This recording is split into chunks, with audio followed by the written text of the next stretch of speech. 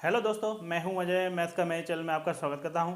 आज की वीडियो में हम सीखने वाले हैं कक्षा 10 का गणित एक्सरसाइज 2.2 क्वेश्चन नंबर चौथा देखेंगे। पहले का 3 प्रश्न इसके लग चुके हैं, चौथा देखेंगे। क्वेश्चन है 4u² प्लस का 8u।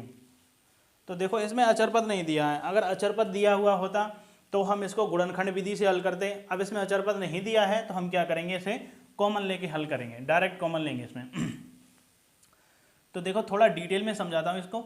जैसे ये 4 लिखा हुआ है तो इसको लिख सकते हैं 2 इंटू 2। अब u² में 4 का क्या हो रहा है, गुणा, तो हम यहाँ गुणा लगा ले रहे हैं। अब u की पावर कितनी है, 2, यानी u कितना है, 2 है हमारा। तो हम इसको लिख सकते हैं u इंटू यू, प्लस लगाए प्लस लगा लो। 8 को लिख सकते हैं 2 इंटू 2 इंटू 2 इंटू यू। कहने का मतलब 4u² और 8u को हम इस प्रकार भी लिख सकते हैं। अब क्या करेंगे, इन दोनों जगह से उन संख्याओं को कॉमन में लेंगे जो दोनों जगह पर दी हुई होंगी। अब देखो, हमारा यहाँ पे कितना दिया है, 2, यहाँ पर भी 2 है तो हम 2 ले ले रहे हैं कॉमन में। उसके अलावा यहाँ पर 2 है, फिर से यहाँ पर 2 है तो इस 2 को भी कॉमन में ले लेंगे। उसके अलावा यहाँ पे देखो u दिया है, यहाँ पर भी u दिया है तो इसको भी हम कॉमन में ले लेंगे। अब देखो, यहाँ पे u दिया है, यहाँ दोबारा u नहीं दिया है। मैंने बताया है कॉमन वही होता है जो दोनों जगह पे हो। तो u यहाँ भी था, एक बार u यहाँ भी था तो u कॉमन में आ गया। अब यहाँ दोबारा से u दिया है, उधर उस वाले पक्ष में दोबारा से u है नहीं तो हम उसको कॉमन नहीं ले सकते। अब देखो, हमारा यहाँ से इतना निकल चुका है, 2 निकल गया, 2 निकल गया, u निकल गया, कितना बचा, u प्लस यहाँ से 2 निकल गया, 2 निकल गया, u निकल गया, कितना बचा, 2 इजिकल टू 0। तो ये कितना हो जाएगा, 2 into 2 is equal to 4, 4u, u plus 2 is equal to 0।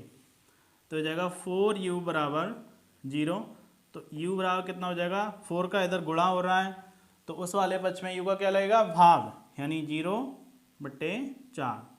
तो u बराबर कितना हो जाएगा, 0 का किसी भी संख्या में या तो गुणा करो या फिर भाग करो, पूरा टर्म 0 हो जाता है। तो ये कितना हो जाएगा, 0, यानी एक शून्य का हमारा 0 निकल आया।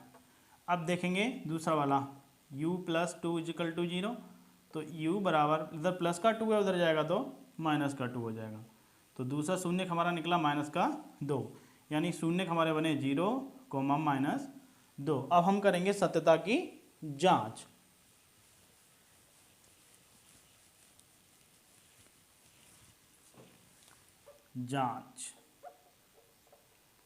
तो जांच के लिए सूत्र होता है शून्यकों का शून्य लिख ले रहे हैं 0, -2, ये हमारे शून्य निकल के आए थे। शून्यकों का योगफल बराबर, अब माइनस, अब ये देखो u के पदों में हमारा दिया है तो हम क्या लिखेंगे, u माइनस u का गुणांक बटे u² का गुणांक। तो शून्यकों का योगफल, शून्य का हमारे कितने दिए हैं, एक तो 0 है, उसके अलावा -2 है। तो योगफल का मतलब क्या होता है, जोड़ना। इन दोनों शून्यकों को हम जोड़ देंगे यानी प्लस, और यहाँ पे हम कोष्टक लगा देंगे क्योंकि 2 चिन्ह कभी एक साथ नहीं आते। अब लिखा हुआ है माइनस, माइनस लिखेंगे u का गुणांक, u में देखो कितने का गुणा हो रहा है, 8 का, तो 8 लिखेंगे, बटे u² का गुणांक। अब u² में कितने का गुणा हो रहा है, देखो 4 का, तो यहाँ 4 लिख देंगे। तो देखो 0 में चाहे किसी संख्या को जोड़ो चाहे किसी संख्या को घटाओ, उसके मान में कोई परिवर्तन नहीं होता है। तो यहाँ पे कितना रहेगा हमारा, ये माइनस प्लस माइनस, यानी -2 ही रहेगा, बराबर, ये कितना हो जाएगा, 4 दूनी 8, तो ये माइनस और ये 2, यानी -2 और -2, दोनों पक्ष हमारे बराबर आए हैं। यानी हमने जांच कर ली, जो हमने शून्य निकाले हैं वो कैसे हैं, सही हैं। अगर सही नहीं होते हैं तो ये दोनों पक्ष बराबर नहीं आते। अब आगे देखेंगे, शून्यकों का गुणनफल, शून्यकों का गुणनफल बराबर होता है अचर पद बटे यू स्क्वायर का गुणांक। तो देखो शून्यकों का गुणनफल, शून्य का हमारे कितने दिए हैं 0 गुणा माइनस का 2, गुणनफल मतलब गुणा हो जाएगा दोनों शून्यकों का। अचर पद, अब इसमें देखो अचर पद दिया नहीं हमारा, तो हम कितना लिखेंगे, जब कुछ नहीं है तो फिर 0 बटे यू स्क्वायर का गुणांक, स्क्वायर में कितने गुणा हो रहा है 4 का, तो यहाँ फिर 4 लिख देंगे। तो -2 का 0 में गुणा करेंगे तो कितना हो जाएगा 0। जैसा कि मैंने अभी पहले बताया कि 0 में चाहे किसी संख्या को गुणा करो चाहे भाग करो वो 0 हो जाता है। बराबर इधर भी कितना हो जाएगा 0, 0 बराबर 0। हमारी जांच हो गई, सवाल हमारा कैसा है, सही है। जो शून्य हमने निकाले हैं वो कैसे हैं, एकदम सही हैं। क्वेश्चन नंबर देखेंगे 5। पाँचवा क्वेश्चन दिया है T square minus 15, T square minus 15।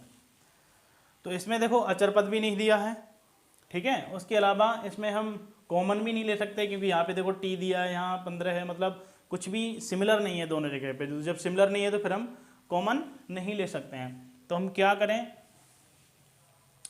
देखो एक सूत्र होता है ए स्क्वायर माइनस का बी स्क्वायर बराबर होता है एक कोष्टक में ए प्लस बी और दूसरे में होता है ए माइनस बी। तो ये जो चीज़ है ये वाली, इसको हम कुछ इस तरीके का बनाने की कोशिश करेंगे, क्योंकि अगर हम ऐसा बना दें इसको, जैसे टी पे तो देखो स्क्वायर चढ़ाई है, अब किसी भी तरीके से 15 पे और स्क्वायर चढ़ जाए तो हमारा एक सूत्र बन जाएगा और उस सूत्र के थ्रू हम शून्य ज्ञात कर पाएंगे। तो हम डायरेक्ट 15 पे स्क्वायर तो नहीं लिख सकते, जैसे 15 का अगर हम स्क्वायर कर दें तो ये कितना हो जाएगा 225, क्योंकि 15 का वर्ग कितना होता है 225। तो फिर इसका मान बदल गया, अब जब मान बदल जाएगा तो फिर सवाल गलत हो जाएगा। मतलब कुछ ऐसा करना है कि इस पर वर्ग भी चढ़ जाए और इसका मान भी नहीं परिवर्तित हो। मान परिवर्तित हो गया तो फिर सवाल गलत हो जाएगा। तो हम क्या करेंगे, देखो टी स्क्वायर माइनस, पहले इस पर चढ़ाएंगे अंडर रूट, फिर इस पर चढ़ा देंगे वर्ग, क्योंकि ऐसा करने से चाहे तो हम ये लिख दें और चाहे लिख दें 15, दोनों का मतलब सेम ही है, क्योंकि वर्ग से इस पर जो वर्ग चढ़ा है इस वर्ग से अंडर रूट हट जाएगा, सीधा कितना बचेगा 15, और ये तो 15 है ही। तो कहने का मतलब 15 को हम इस तरीके से लिख सकते हैं, ठीक है। तो अब देखो हमारा जो मैंने ये सूत्र बताया क्या होता है, ए स्क्वायर माइनस बी स्क्वायर। तो स्क्वायर यहाँ पर भी है, यहाँ पर भी स्क्वायर है, यहाँ भी स्क्वायर है, यहाँ भी स्क्वायर है। अंतर कितना है, यहाँ पर ए की जगह पे टी है और यहाँ पर बी की जगह पे अंडर रूट 15 है।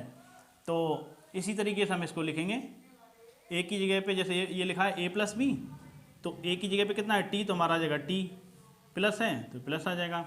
बी लिखा है, बी की जगह पे अंडर रूट 15 है तो यहाँ हमारा अंडर रूट 15 हो जाएगा। दूसरे कोष्टक में ए, तो ए की जगह पे टी है तो टी लिख देंगे, माइनस है माइनस लगा दिया। फिर क्या लिखा है बी, अब बी की जगह पे कितना है अंडर रूट 15 है तो अंडर रूट 15 लिख देंगे। तो ये क्या हो जाएगा, टी प्लस शून्य निकलेंगे हमारे, टी प्लस अंडर रूट 15 बराबर 0। तो टी बराबर इधर प्लस का अंडर रूट 15 उस वाले पक्ष में जाएगा तो माइनस का अंडर रूट 15। ये नियम होता है, इधर से उधर जब संख्याएं आती जाती हैं दूसरे पक्ष में तो उनके चिन्ह बदल जाते हैं। इसी तरीके से टी माइनस अंडर रूट 15 बराबर 0, तो टी बराबर इधर माइनस का अंडर रूट 15 उधर जाएगा तो प्लस का अंडर रूट 15 हो जाएगा।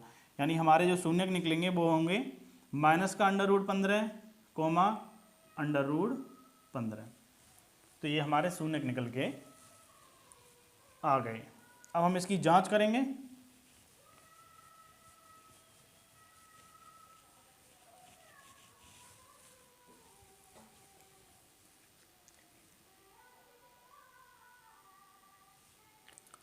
तो सूत्र होता है जांच के लिए, शून्यकों का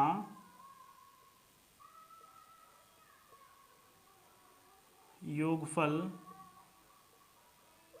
बराबर माइनस, अब देखो क्या होता है माइनस, अब ये टी के पदों में है तो यहाँ पे क्या होना चाहिए माइनस टी का गुणांक, माइनस टी का गुणांक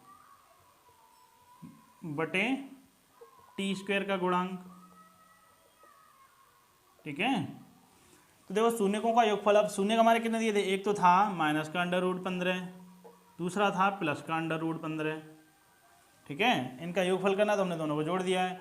माइनस टी का गुणांक, अब इसमें देखो टी का कोई गुणांक दिया ही नहीं है, ये हमारा टी स्क्वायर दिया है और ये है अचरपद, टी का कोई गुणांक नहीं है, तो क्या करेंगे यहाँ पे 0 कर देंगे। टी स्क्वायर का गुणांक, टी स्क्वायर में कितने गुणा हो रहा है, 1 का। तो देखो ये प्लस का अंडर रूट 15 है, ये माइनस का अंडर रूट 15 है। तो ये नियम होता है कि जब समान संख्याएं हों और उनके चिन्ह विपरीत हों तो दोनों संख्याएं आपस में कट जाती हैं। कितना बचेगा, 0, और इधर भी कितना बचेगा, 0। दोनों पक्ष हमारे बराबर आए हैं, यानी सवाल सही है। अब हम करेंगे शून्यकों का गुणनफल बराबर क्या होता है, अचरपद बटे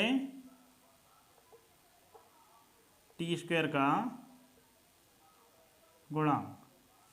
तो शून्यकों का गुणनफल, शून्य कितने हैं हमारे, माइनस का अंडर रूट 15 इंटू प्लस का अंडर रूट 15 बराबर अचरपद कितना दिया है, देखो अचरपद दिया है माइनस का 15 बटे, अब टी स्क्वायर का गुणांक कितना दिया है, टी स्क्वायर में कितने गुणा हो रहा है, कोई संख्या तो दी नहीं है, तो जब कोई संख्या नहीं हो तो मैंने बताया कितना हो जाता है, 1।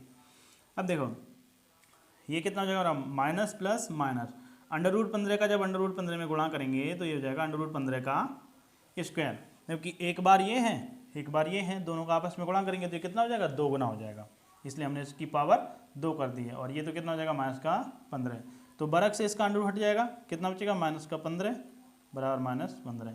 दोनों पक्ष हमारे बराबर आए हैं, यानी सवाल हमारा सही है। बढ़ते हैं अगले प्रश्न की तरफ। क्वेश्चन नंबर 6, क्वेश्चन दिया है 3x स्क्वायर माइनस का x माइनस 4, इसके हमें शून्य निकालने हैं और जांच भी करनी है। जांच इसलिए करनी है कि जो शून्य का आपने निकाले हैं वो सही हैं या नहीं। तो क्वेश्चन नंबर है 6, 3x स्क्वायर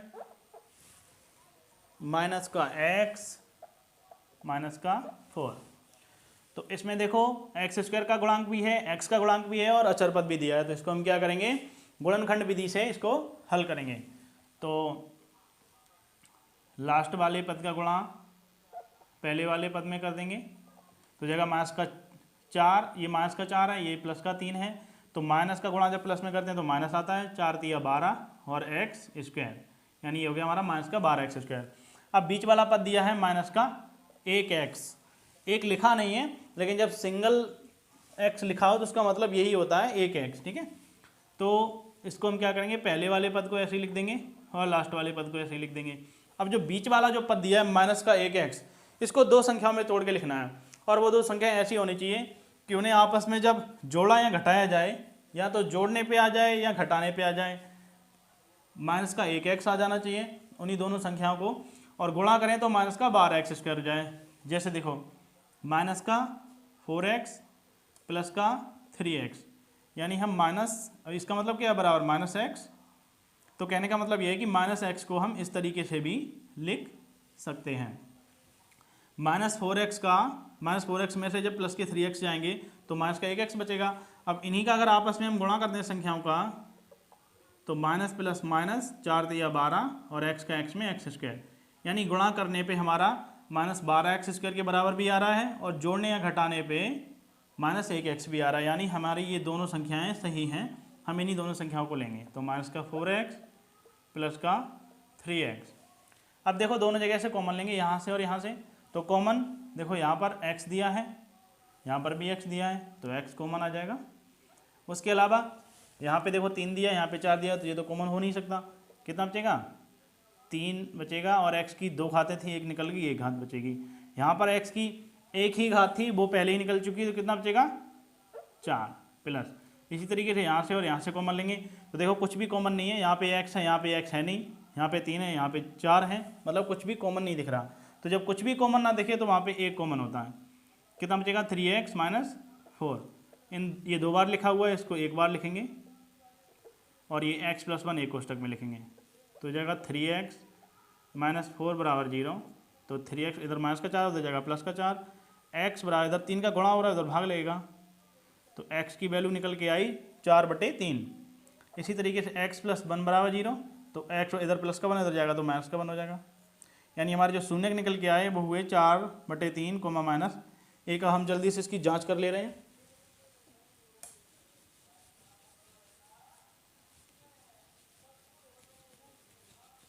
जांच, शून्य थे 4/3 -1। तो अब हम इसकी जांच करेंगे। शून्य हमारे निकल के आए 4/3 -1।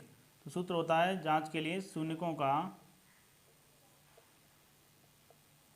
योगफल बराबर माइनस x के पदों में दिया तो x लिखेंगे यहाँ पे x का गुणांक बटे x² का गुणांक। तो देखो शून्यकों का योगफल शून्य है 4/3, योगफल मतलब जोड़ना है, और ये माइनस का 1 बराबर -x का गुणांक माइनस दिया है x का गुणांक। अब देखो x का गुणांक यहाँ पे x में कितने गुणा हो रहा है, एक तो ये माइनस दिया हुआ है तो माइनस लिखना पड़ेगा, अगर प्लस दिया होता तो उससे फर्क नहीं पड़ता, लेकिन अगर गुणांक किसी के गुणांक से पहले माइनस दिया है तो वहाँ पे माइनस लिखना पड़ेगा, -1 बटे x² गुणांक, x² में गुणा हो रहा है 3 का, तो 4/3 माइनस प्लस -1, इसके नीचे 1 मान लेंगे, भिन्न बन गई हमारी, माइनस माइनस प्लस यानी 1/3, लासा लेंगे तो कितना आ जाएगा 3, ये 4, 3, 1/3 और ये 1/3 बराबर 1/3, दोनों पक्ष बराबर आए हैं, यानी सवाल हमारा सही है। अब देखेंगे शून्यकों का गुणनफल बराबर सूत्र होता है अचर पद बटे x² का गुणांक। तो गुणनफल यानी 4/3 गुणा -1, अचर पद कितना दिया -4 बटे x² का गुणांक 3, तो माइनस प्लस माइनस 4 एकम 4/3 बराबर -4/3, ये भी दोनों पक्ष बराबर आए हैं, अतः सवाल हमारा सही है।